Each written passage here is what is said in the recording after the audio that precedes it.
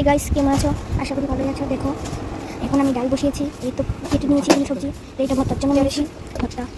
আর এগুলি ডালটা ডালটা বসিয়ে দিয়েছি, আর মরিচ দিয়েছি, তাতে মরিচ দিয়ে ভালো করে নাড়াচ্ছি। এগুলি এখন দেখাই এগুলি হলো কি বলছি দেওয়া, তো কাল পকোড়া করবো।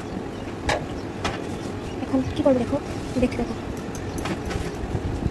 শুটকি দিচ্ছি ওই ভেন্ডি ভর্তার জন্য 3টা শুটকি দিয়েছি। আপনারা আপনার আন্দাজ মতন দেবেন, যতটা ভেন্ডি হবে ততটা দেবেন। তো দেখুন শুটকি ভালো করে ভেজে নেবেন উলট পালট করে।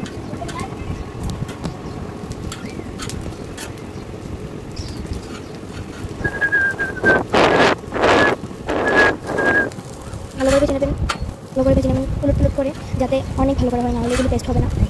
দেখুন এগুলো এখন বাটিতে নিয়ে হচ্ছে, বাটিতে নিয়ে এখন কী করে আন্দাজ মতো লবণ দিয়ে দেবেন। তারপরে একটা গ্লাস নেবেন, গ্লাস নিয়ে গ্লাসের পেছনটা দিয়ে ভালো করে ঘষলেই দেখবেন এগুলি থেকে জল বেরোবে, তারপরে আপনার হয়ে যাবে। তো আপনার অপশনাল, আপনার তেল দিতে পারেন, নাও দেবেন। তো আমরা তেল দিই, তেল আমাদের কাঁচা তেল আমার ভালো হয় না, তো তার জন্য তেল দিই। ভালো করে পিষে, অনেক ভালো করে শরীরে যেহেতু বল আছে তাই দিয়ে ভালো করে পিষবেন।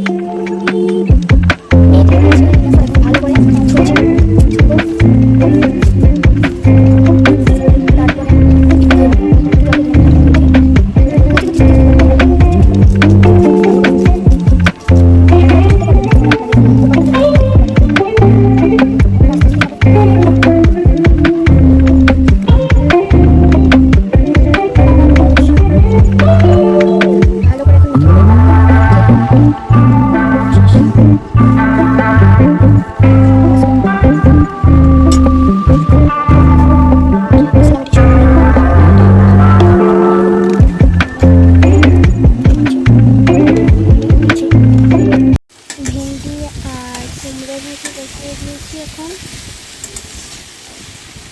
এইগুলিকে ভালো করে লাড়তে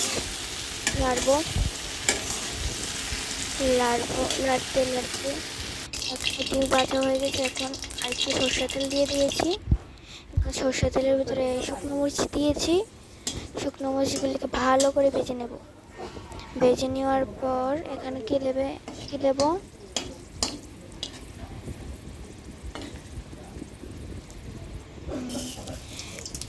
সর্ষে দিয়েছি, অনেকগুলি সর্ষে। আপনারা আন্দাজ মতন দেবেন। আপনাদের এখন ঢেকে দিয়েছি কারণ সর্ষেগুলো ছিটবে না, তার জন্য ঢেকে দিয়েছি। আবার এখনই উঠিয়ে নেব সর্ষ ঢাকনাটা। দেখো কীভাবে ছিটেছি। এখন এগুলিকে ভালো করে সমান করে এগুলিকে তেলে আনবো। তেলে এনে ডালটা এখন দিয়ে দেবো। এই ডালটা দিয়ে দিয়েছি, ডালটা দিয়ে দিয়েছি। এখন ভালো করে নেড়ে চেড়ে নেবো, তারপর নামিয়ে নেব।